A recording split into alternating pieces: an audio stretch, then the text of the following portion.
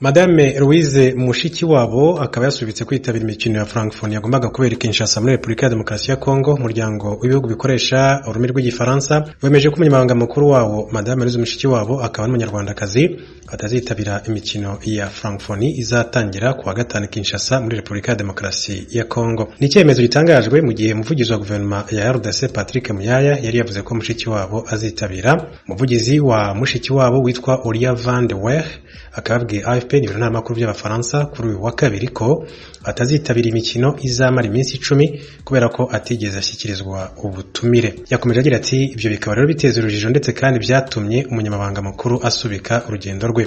Amakuru avuga ko mu nama ya Francophonie yabaye muri Kamena, Repubulika ya Demokarasi ya Kongo yatangaje ko ubutumire bwa Mushikiwabo buri mu nzira ndetse azabashyikirizwa na Minisiteri y'Ububanyi n'Amahanga mu buryo igihugu cyakira imikino gitumiramo umunyamabanga mukuru.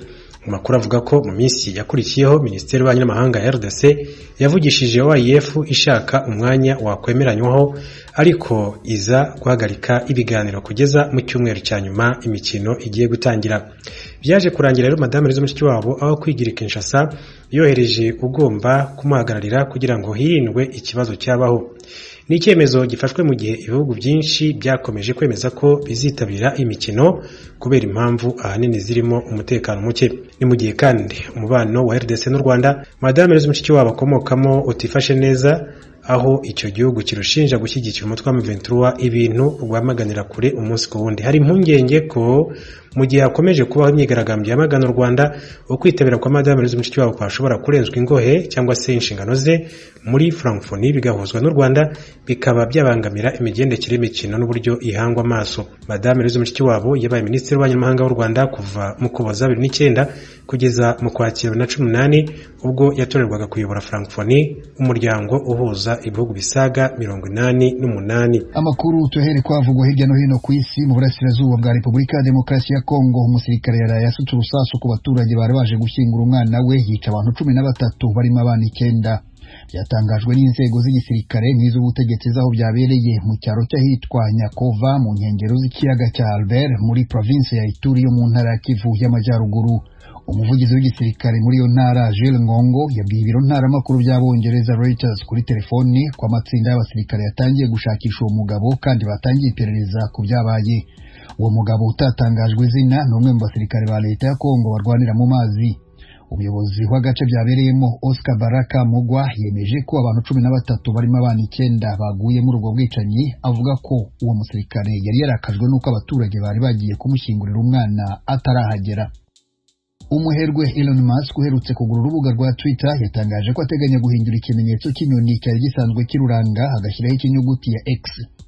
Iri ni ryo vugurura rikomeye azabakoze kuri urubuga kuva ruguze miliyari 44 z'amadolari y'Amerika umwaka ushize.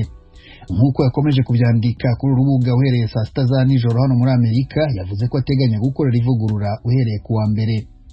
Andi mavugurura aheruka gukora kuri urubuga yatumye abatari bake bamunenga ko ashobora gutuma abamamaza batongera kurugana nka mbere, ndetse n'ireme ryarwo nk'urubuga rutangirwaho ibitekerezo rikadohoka.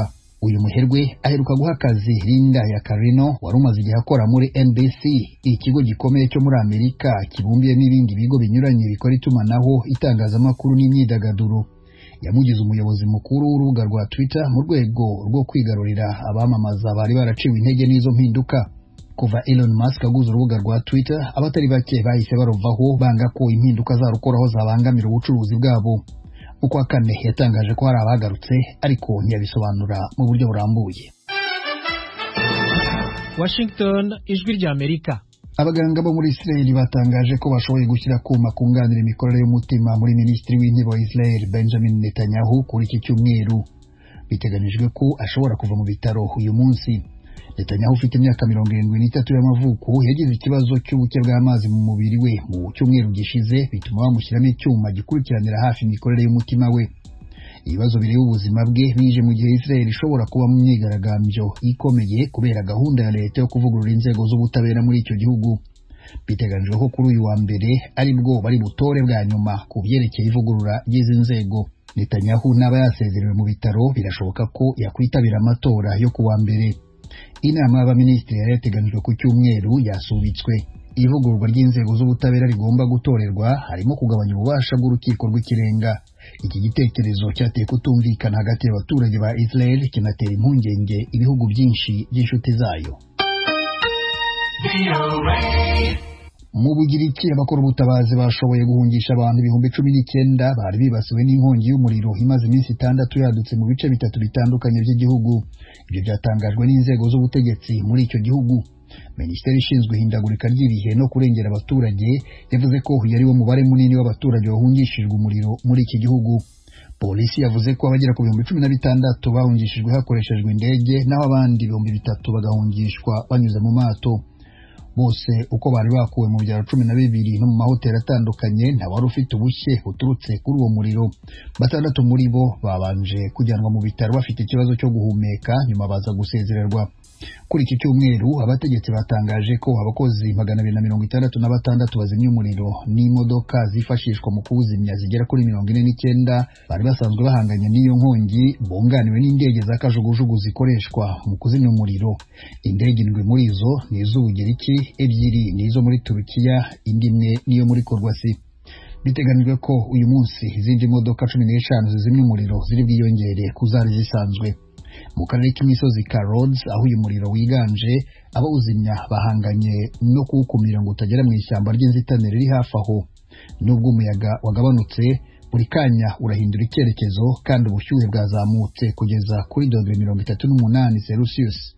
Mu Buhinde abakora ibikorwa by'ubutabazi babarirwa mu magana babonye imirambo 29 bagwiriwe n'inkangu yatewe n'imvura nyinshi. Inzego z'ubutegetsi zemeje amakuru ziravuga ko bari bamaze iminsi 4 bashakisha ababa bakiri bazima. Abagera kuri 78 kugeza ubu ntibaraboneka kuva ku wa gatatu nijoro ubwo inkangu yabagwiraga mu cyaro cy'ahitwa Irshalwadi mu karere ka Raigad mu birometero 50 uvuye mu Mumbai umurwa mukuru w'intara ya Maharashtra. Abategetsi baravuga ko byibuze inzu 17 muri 48 ziri muri icyo cyaro zagwiriwe n'inkangu. Abakora ubutabazi barifashisha ibikoresho gakondo nk'ibitiyo n'ibibando.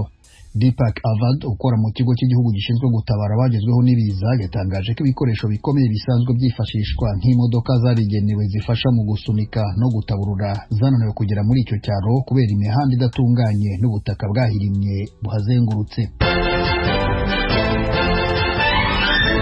Ukomeje kumva Radio Ijwi ry'Amerika ivugira i Washington DC mu Kinyarwanda no mu Kirundi mujye no kuri wayishatu radio yacu voa.com mukurikire aya makuru kuri Facebook, Instagram, YouTube na Twitter muradusanga kuri @voa radio yacu. Mu kanya turajya mu makuru avugwa mu karere k'ibiyaga bigari byo muri Afurika.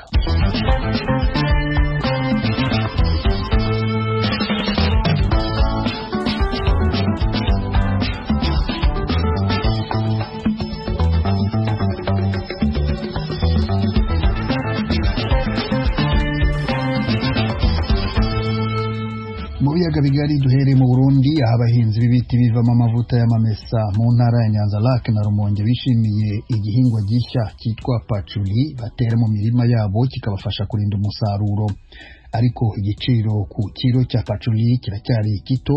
Inkuru ya Radio Ijwi ry'Amerika ifatanyije n'abanywanyi bayo mu Burundi tugezweho na Thierry Ndayishimiye uri Kigali mu Rwanda. Intara y'Imbo na cane cane mu makomine ya Rumonge na Nyanza-Lac abahaba benshi batunzwe n'uburimyi bw'ibigazi. Aho hambere mu matongo nka yose wasanga ateyemwe ibigazi bikaba ari navyo byatunga umuryango kuko atakindi barima. Nyanitongo yahitamwo kurikotesha bakamuha amahera icarimwe canke akajara c'ibigazi akenga amavuta hanyuma akayadandaza akabona kwikenura mu tundi twankenerwa mu muryango. Byarashika kubera ubukene umurimyi agahombesha umurima wiwe na cane cane iyo yahuye n'ingorane giturumbuka. Ibyo bavyita umugwazo. Mu murima w'ibigazi nta kindi kintu wahatera. Ariko haraheze imyaka 5 ishirahamwe Eraga rikorera Nyanza-Lac rizanye igiterwa kimeze nk'icatsi kibana n'ikigazi. Kubw'abarimyi b'ikigazi bikabunga muri Nyanza-Lac ico giterwa citwa patchouli caje hageze.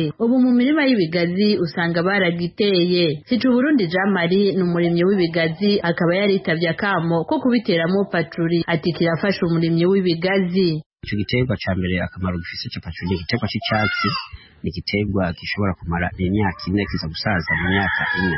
Ico giterwa rero kirafise akamaro cyane mu gihe musi y'ikigazi atakindi